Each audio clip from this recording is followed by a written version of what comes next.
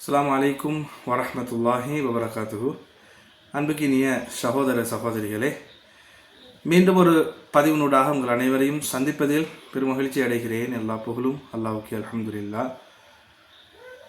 நிறைய பேர் கேட்கக்கூடிய கேள்வி என்னென்னு சொன்னால், சில நேரம் தொடர்ச்சியாக வீடியோக்களை பார்க்க கிடைக்குது, சில நேரம் அது தொடர்ச்சியாக பதிவு செய்யப்படுவதே இல்லை. தொடர்ச்சியாக வீடியோக்கள் பதிவு செய்யப்பட்டால் அது நன்றாக இருக்கும் என்று சில சகோதர சகோதரிகளுடைய வேண்டுகோள் தொடர்ச்சியாக இருந்து கொண்டு இருக்கின்றது.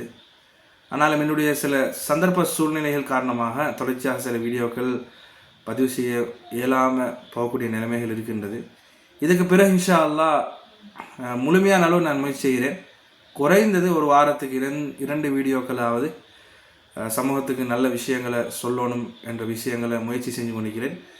அந்த விஷயங்கள் ஹைராகணும்னு சொல்லி நீங்களும் உங்களுடைய துவாக்களை சேர்த்துக்கொள்றதோட, பெரும்பாலும் நான் பல முயற்சிகளுக்கு மத்தியில் தான் உங்களுக்கு மத்தியில் ஒரு சில விஷயங்களை உங்களுக்கு சொல்கிறது, தேடி அந்த விஷயங்களை சரிபார்த்து அந்த மாதிரி விஷயங்களை மேற்கொண்டு தான் நாங்கள் உங்களுக்கு மத்தியில் இந்த விஷயங்களை முன்வைக்கிறது. ஆகவே எங்களுடைய எதிர்பார்ப்பு என்னென்னு சொன்னால், உலகளாவிய ரீதியில் நாங்கள் எந்த ஒரு லாபத்தையும் எதிர்பார்த்து இந்த வீடியோக்களை நாங்கள் பதிவு செய்கிறது இல்லை.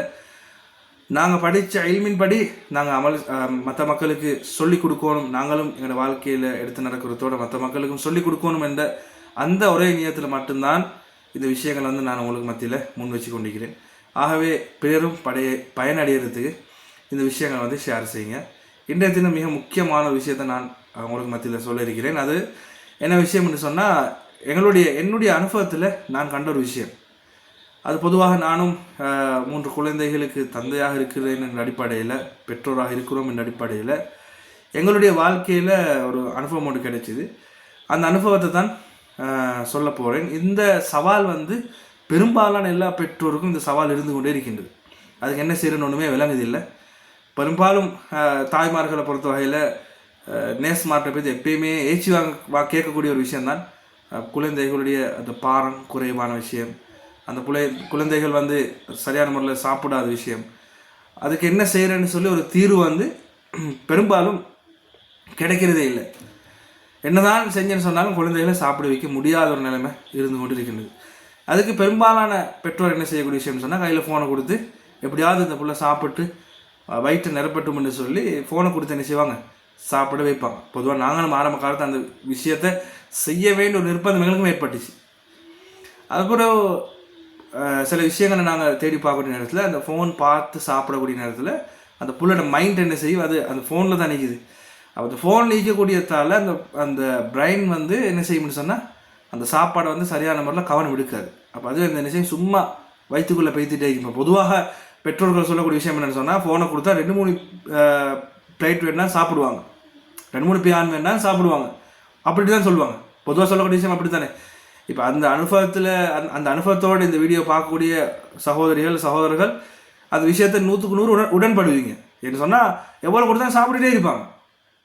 ஆனால் பாரம் கூடவோ அந்த புள்ள அந்த புள்ளுடைய உடம்புல வளர்ச்சியோ எதுவும் ஏற்படாது. காரணம் என்னென்னு சொன்னால், அது ஏதோ அந்த ஓட்ட வாளிக்குள்ளே தண்ணி நிறைக்கிற மாதிரி என்ன செய்யணும்னு சொன்னால் அது போய்கொண்டே இருக்கும். ஆனால் எந்த ஒரு பிரயோசனமும் கிடைக்காது.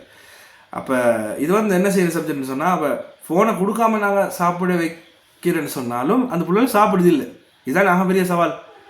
ஃபோனை கொடுக்காம நாங்கள் சாப்பிட வைக்கிறேன்னு சொன்னால் சாப்பிடுது இல்லை. ஒரு 2-3 பொடி சாப்பிட வைக்கிறேன்னு சொன்னாலும் பெரிய ஒரு சவாலாக இருக்கின்றது. ஒரு மலையை அங்கால வைக்கிறேன்னு சொன்னால் லேசாக ஆகிக்கும், ஆனால் அந்த பிள்ளைகளை சாப்பிட்டு வைக்கிற ஒரு பெரிய சவாலாக இன்றைக்கு இருக்கின்றது.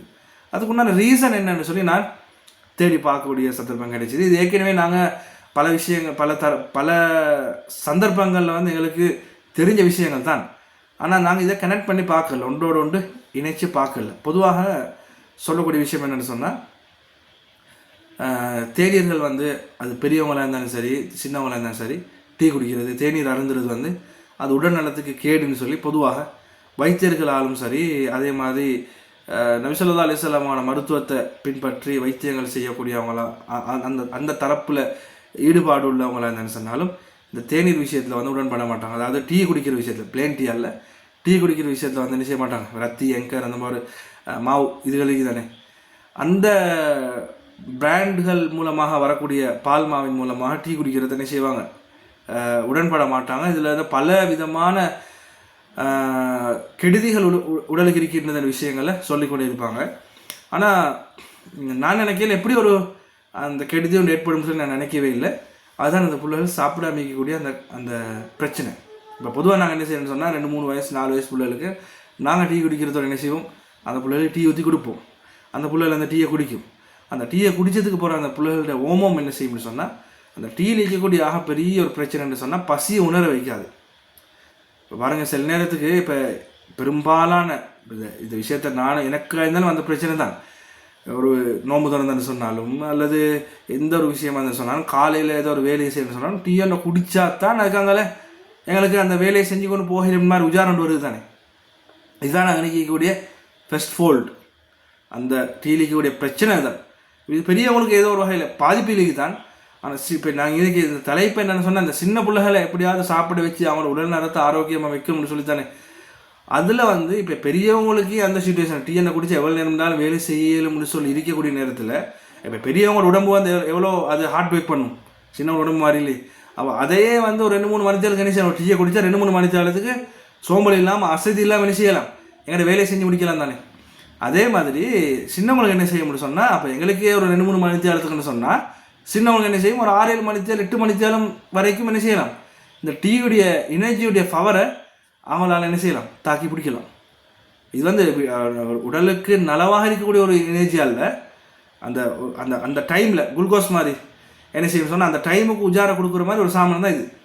அப்போ அதை என்ன செய்ய நடக்கும்னு சொன்னால், பிள்ளைகள் நாங்கள் டீயை கொடுக்கக்கூடிய நேரத்தில் காலையில் ஒரு டீயை கொடுப்போம். இப்போ என்ன செய்வாங்க, 8-9 மணிக்கு மாதிரி என்ன செய்வாங்க, சாப்பிட கொடுப்பாங்க. அந்த பிள்ளைகள் சாப்பிடாது, கஷ்டப்பட்டு சாப்பிட இல்லை ஃபோனை கொடுத்து சாப்பிட வைப்பாங்க. ஆனால் அது உடம்புக்கு என்ன செய்யாது, கேட்காது. திரும்ப என்ன செய்வாங்க, ஒரு 11-12 மணிக்கு என்ன செய்வாங்க, திரும்பவும் டீயை கொடுப்பாங்க. அப்போ அன்றைக்கி 2 டீ படுது. அப்போ 8 மணித்தியாலம் சொல்லி வச்சாலும் 16 மணித்தியாலத்துக்கு நான் இணைச்சி அந்த பிள்ளைகளுக்கு அந்த டீ மூலமாக கிடைக்குது. அப்போ எந்த சக்தியும் இல்லை, எந்த ஒரு விட்டமினும் அந்த பிள்ளைக்கு போகிறது எனர்ஜி மட்டும் கிடைக்கும். உடம்புலேயே சக்கையை புளிஞ்சு என்ன செய்யும், எனர்ஜியை மட்டும் கொடுக்கும். அப்போ பின்னரம் என்ன செய்வாங்க, ஈவினிங் டைமில் ஒரு டீயை கொடுப்பாங்க. இப்போ 24 மணி நேரம் கம்ப்ளீட் என்ன நடக்கும், ஒரு நாளைக்கு தேவையான எனர்ஜி ஃபுல்லாக கிடைக்குது. ஆனால் அந்த பிள்ளைகளுக்கு தேவையான உடம்புல சக்தி அந்த உணவின் மூலமாக கிடைக்கக்கூடிய சக்தி கிடைக்கவே இல்லை. அதனால் என்ன செய்யுதுன்னு சொன்னால், உடம்புல இருக்கக்கூடிய கொழுப்புகள், உடம்புல இருக்கக்கூடிய தசையினுடைய சக்திகளை அந்த என்ன செய்யுது, அந்த பிள்ளைகளுக்கு சக்தி எப்படியா கொடுக்கணுன்ற வகையில் அந்த உடம்பு என்ன செய்யுது, அது உறிஞ்சுது. தசையில் இருக்கக்கூடிய சக்திகளை உறிஞ்சி என்ன செய்யுது, அந்த பிள்ளைகளோட உடம்பு வளர்ச்சி அப்படியே குறையுது. இதுதான் என்ன நடக்குதுன்னு சொன்னால் பொதுவாக இருக்கக்கூடிய பிரச்சனை. அப்போ நாங்கள் இந்த விஷயத்தை நான் தெரிஞ்சதோட என்ன செஞ்சேன், இப்போ எங்கட பிள்ளைக்கும் அதே பிரச்சனை இந்த அளவுக்குன்னு சொன்னால் போன கிழமை வரைக்கும் இந்த பிரச்சனை இருந்துச்சு. அப்போ நாங்கள் என்ன செஞ்சோம்னு சொன்னால், அந்த டீயை நிப்பாட்டி பார்ப்போம்னு சொல்லி நிப்பாட்டினோம். அப்போ டீயை இப்போ எங்களுக்கு பெரிய ஆக்களுக்கே என்ன செய்யணும்னு சொன்னால் டீ ஒன்று இல்லாமல் மேலே. அப்போ பிள்ளைகள் என்ன செய்யும், கேட்டு இருக்கும் அந்த விஷயங்கள். அப்போ அப்படி இருக்கக்கூடிய நேரத்தில் அதை நாங்கள் என்ன செய்யலைன்னு சொல்லி ஏமாற்றி அதுக்கு அவங்களோட மைண்டை சேஞ்ச் பண்ணுற விதமாக நாங்கள் சில விஷயங்களை செஞ்சு என்ன செய்யலாம், அந்த டீயை கொடுக்காம காலையில் மீனத்தோட சாப்பாடு கொடுக்குறோம். அதுக்கப்புறம் அந்த பிள்ளைகள் மசாலான்னு சொல்லி நல்லா சாப்பிடுது. சாப்பிட்டு 2-3 மணித்தேரத்துக்கு அப்புறம் ஏதாவது ஒரு ஃபுட்ஸோ அல்லது ஏதாவது ஒரு வகை இன்னொன்று சாப்பிட கொடுக்குறது. அதுக்கப்புறம் பகலையில் சாப்பிட கொடுக்குறது, நைட் டைமில் அல்லது ஈவினிங் டைமில் சாப்பிட கொடுக்குறது.